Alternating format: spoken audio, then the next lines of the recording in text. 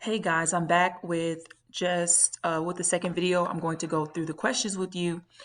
So first I want to show you how to get to where you need to go on the hub. So if you go to houston.itslearning.com/hub, it will take you straight to the hub. So you go of course to courses, you're going to go to English 2 semester 2, and that will bring you here to the announcements page.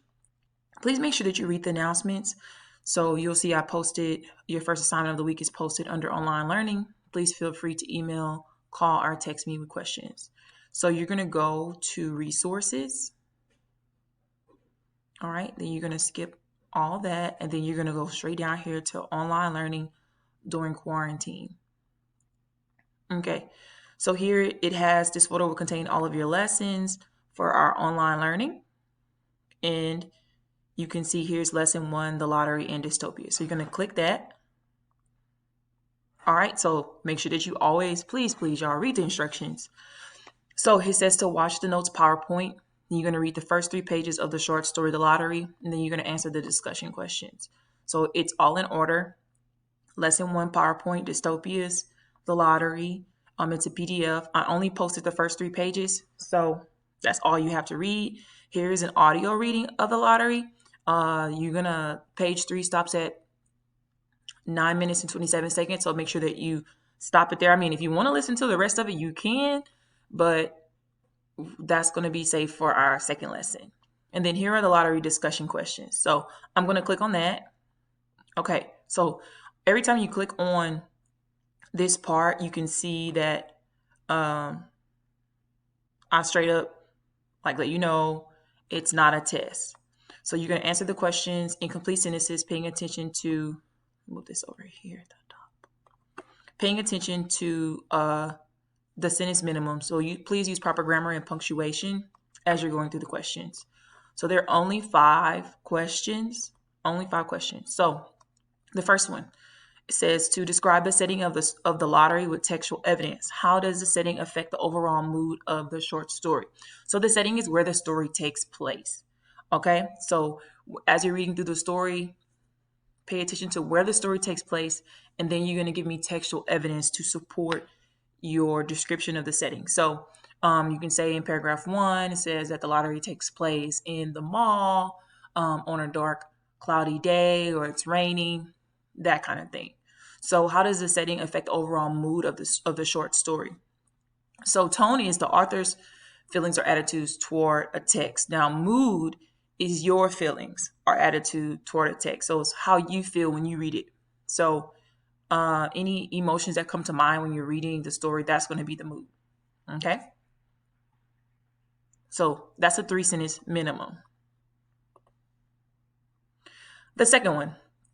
In the 4th paragraph, the narrator describes the lottery as a civic activity and compares it to square dancing and teen club. Why do you think the author included this sentence? 3 sentences minimum. So make sure that you're answering incomplete sentences. If you don't know what square dancing is, everybody should know what teen club is. But if you don't know what square dancing is, I suggest you just look up a video of it. It's a civic activity. If you don't know what civic means, look up what civic means. That will help you to understand what the question is asking. And make sure that you're getting the correct answer. Excuse me. Okay.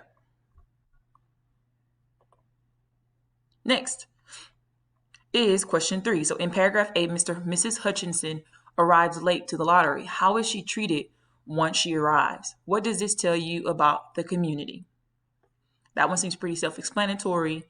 How do people treat her when she finally gets there? What does that allow you to notice or see about the community?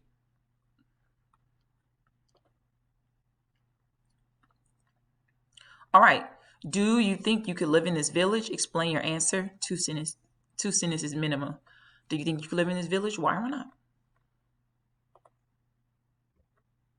And last but not least, keeping in mind that the lottery is a dystopia, what do you think the men are drawing for? Okay. Keeping in mind that the lottery is a dystopia, what do you think the men are drawing for? Okay. So think about what dystopia is not. It's like an opposite of a perfect society. So what do you think that they're trying to win? Okay. And then make sure that you answer it in complete sentences. And then when you're done, you're just going to hit complete test. If you don't finish it all in time, you can hit pause test.